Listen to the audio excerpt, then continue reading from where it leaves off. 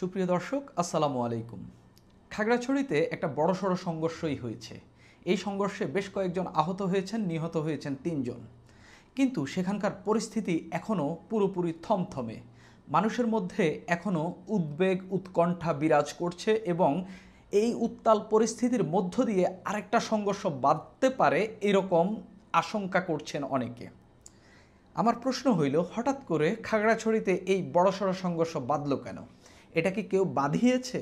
এটা কি পরিকল্পিত? আমার এই প্রশ্ন তোলার পেছনে অনেকগুলো কারণ রয়েছে। বহির্বিশ্বের কেউ কি এর পেছনে ইন্ধন যোগাচ্ছে? এই প্রশ্নটাও আমি তুলছি। এটা তোলার কারণ আমার কাছে রয়েছে। আমি কেন রয়েছে সেটা আমি বলি। খাগড়াছড়িতে যে ঘটনাটা, এই ঘটনাটা মূলত হচ্ছে একটা ধর্ষণের অভিযোগকে কেন্দ্র করে। যারা পাহাড়ি তারা দাবি করছেন গত মঙ্গলবার অর্থাৎ 23 সেপ্টেম্বর একজন স্কুল শিক্ষার্থীকে ধর্ষণ করেছে, এরকম অভিযোগ তারা তুলেছেন। ধরলাম অভিযোগটা সত্য। সেই অভিযোগের পরিপ্রেক্ষিতে আমরা শনিবার অবরোধ কর্মসূচি দেখলাম এবং রবিবার পরিস্থিতি একেবারে উত্তালের সর্বোচ্চ শিখরে উঠে গেছে।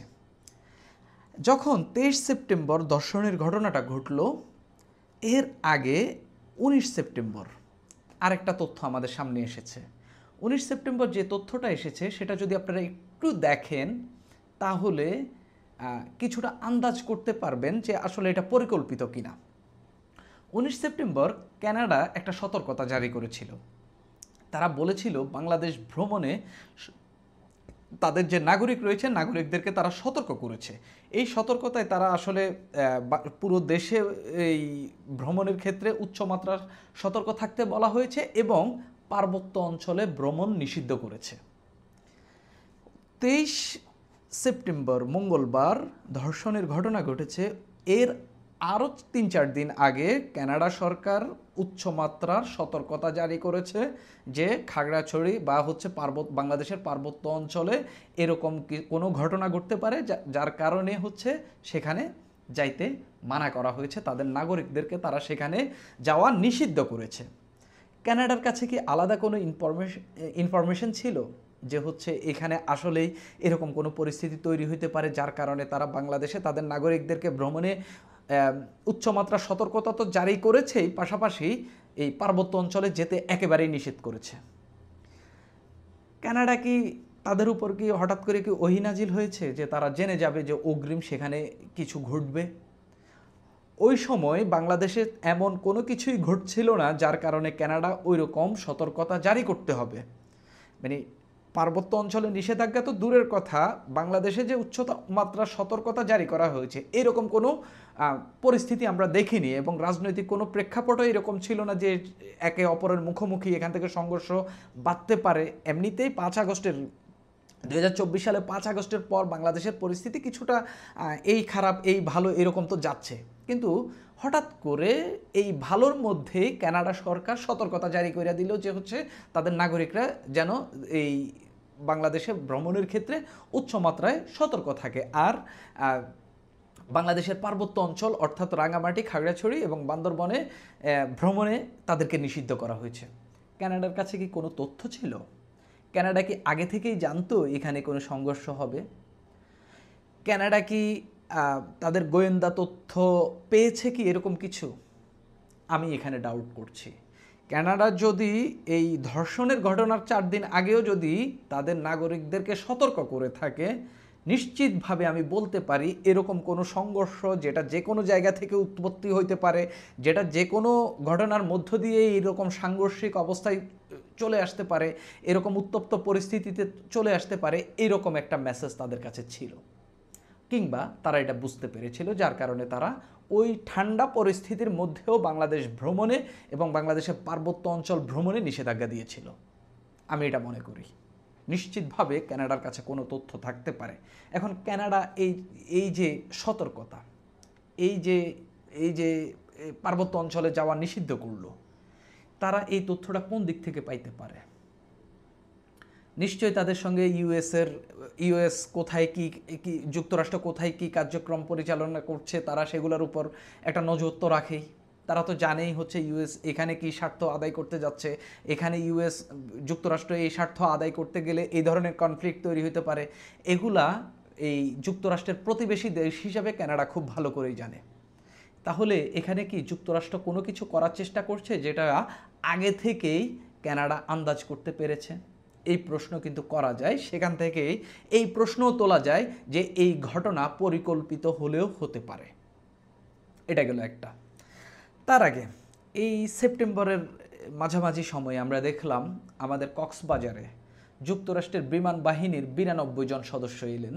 তারা সেখানে আমাদের এই বিমান বাহিনীর সদস্যদেরকে বিভিন্ন ধরনের ট্রেনিং দিলেন, বিভিন্ন ধরনের প্রশিক্ষণ দিলেন। অন্যান্যবার সেটা 50 জন 60 জনের মতো আসে, এবার সেটা আসলো 92 জন। আমি আমার এই চ্যানেলেই বলেছি 92 জন সদস্য বেশি, 32 জন সদস্য বেশি কেন হইলো, 40 জনের মতো সদস্য বেশি কেন হইলো, হঠাৎ করে বেশি সংখ্যক সদস্যকে তারা কেন পাঠালো? তারা কি অন্য কোনো কাজ করেছে, অন্য কোনো কিছু করেছে? এই অঞ্চলে তাদের যে স্বার্থ, সেই স্বার্থর মেটানোর কাজ করেছে? আপনি দেখেন খাগড়াছড়িতে যখন ঘটনাটি ঘটছে তখন কিন্তু আমাদের সরকার প্রধান দেশে নেই। আমাদের বর্তমানে এই বিএনপির যিনি বর্তমানে এই দেশে থাকা, খালেদা জিয়া তো রাজনীতিতে অনেকটাই ইনঅ্যাক্টিভ, বিএনপির বর্তমানে যিনি প্রধান, যিনি দেশে আছেন, তিনি যখন দেশে নেই, মির্জা ফখরুল ইসলাম আলমগীর, তখন কিন্তু এই ঘটনাটি ঘটেছে।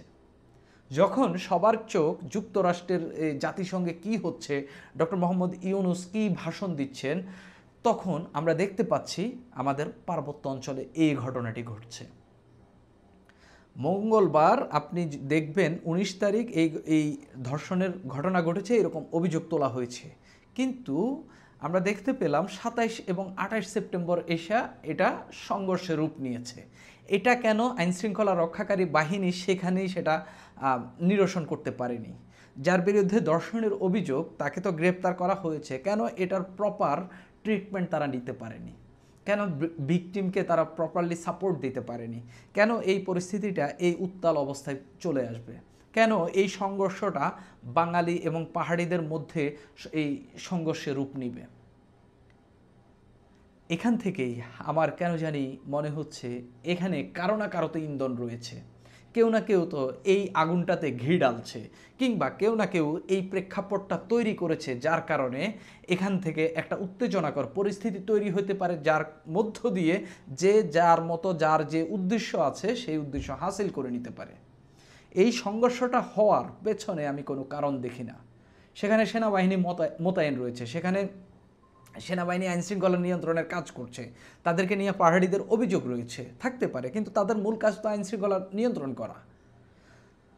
সেই প্রেক্ষাপটে সেই পরিস্থিতির মধ্যেও কেন এই ঘটনাটি ঘটল, এটাই আমার কাছে খুবই ইন্টারেস্টিং লাগতেছে, এবং যার আভাস বেশ কয়েকদিন আগে আবার কানাডা দিয়ে দিয়েছে।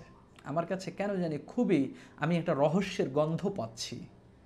আমরা জানি আমাদের সাবেক প্রধানমন্ত্রী যিনি ছিলেন শেখ হাসিনা একজন ফ্যাসিস্ট, এই নিয়ে কোনো দ্বিমত নাই, কিন্তু অন্তত তিনি এই বিদায় নেওয়ার আগে আমাদের মনে কিছু সন্দেহ ঢুকিয়ে দিয়ে গেছেন। এই সন্দেহের বাস্তব কোনো রূপ আমরা দেখিনি, কিন্তু এই সন্দেহের প্র্যাকটিস আমরা দেখেছি, যে এই সন্দেহগুলো যে বাস্তবায়ন হইতে পারে এর কিছু প্র্যাকটিস আমরা দেখেছি। যেমন শেখ হাসিনা বলেছেন আমেরিকা তার কাছে সেন্ট মার্টিন চায়, অর্থাৎ এরপর থেকেই আমাদের সেন্ট মার্টিন নিয়ে এক ধরনের সন্দেহ ঢুকে গেছে। শেখ হাসিনা বলেছিলেন এই পার্বত্য অঞ্চলকে নিয়ে আমেরিকা এখানে একটা খ্রিস্টান রাষ্ট্র গঠন করতে চাই। এরপর থেকে আমরা যখন ডক্টর মোহাম্মদ ইউনূস আসলো, যখন আমরা দেখলাম সেন্ট মার্টিনে আমাদের পর্যটক যাওয়া নিষিদ্ধ করে দিল, যখন দেখলাম করিডোর দেওয়া নিয়ে কথা বলা হচ্ছে, মিয়ানমারে করিডোর দেওয়া নিয়ে কথা হচ্ছে, তখন আমরা ওই যে শেখ হাসিনা যে সন্দেহের বীজ বপন করে দিয়ে গেছেন, সেই সন্দেহের বীজটাকে এখন আমরা অঙ্কুরিত করলাম। এখন আমাদের কাছে ওই অঞ্চলটাতে কোনো কিছু ঘটলেই আমাদের মনে হচ্ছে যে এখানে আমেরিকা কিছু একটা খেলার চেষ্টা করছে। হঠাৎ হঠাৎ কয়দিন পর পর কেন আমাদের এই পার্বত্য অঞ্চল এই উত্তপ্ত হয়ে থাকবে? তাহলে কি শেখ হাসিনা যেগুলো আমাদের মনের মধ্যে যে সন্দেহের বীজ বপন করে দিয়ে গেছেন সেটাই কি সত্য? আসলেই কি আমেরিকা ওই রকম কোনো উদ্দেশ্য নিয়ে এখানে কাজ করছে? হঠাৎ করে তাদের যেখানে 50-60 জন বিমান বাহিনীর সদস্য আসার কথা, সেনা আসার কথা, সেখানে কেন 92 জন এলেন? এই প্রশ্নটার জবাব বা এই প্রশ্নটার উত্তর আমরা পাইনি। এবং এবং যেই সংঘর্ষ কানাডা বলার 10 দিন পর হচ্ছে, সেই সংঘর্ষের আভাস কানাডা কেমনে 10 দিন আগে পেল? তাহলে কি কানাডা এখানে আসলে এমন কোনো কিছুর উপস্থিতি পেয়েছে? এখান থেকে আমার কাছে কেন জানি মনে হচ্ছে ওই যে শেখ হাসিনা যে সন্দেহের বীজ বপন করে দিয়ে গেছে, সেই বীজটা এখন অঙ্কুরিত হয়ে গাছপালা হিসাবে ধীরে ধীরে বেড়ে উঠছে এবং এই সন্দেহ আমাদের থেকেই যাবে। আমার কাছে কেন জানি মনে হচ্ছে আমেরিকা এখানে একটা খেলা খেলছে এবং যেই খেলার কিছুটা আন্দাজ, যেই খেলার কিছুটা, যে খেলার যে প্র্যাকটিস যে চলছে, এটা কিছুটা কানাডাও টের পেয়েছে এবং টের পেয়ে তারা তাদের নাগরিকদেরকে বাংলাদেশ ভ্রমণে আগেই সতর্ক করেছে। আমার কাছে কেন জানি আমি একটা রহস্যের গন্ধ এখানে পাচ্ছি। সুপ্রিয় দর্শক, এখন এই পর্যন্তই।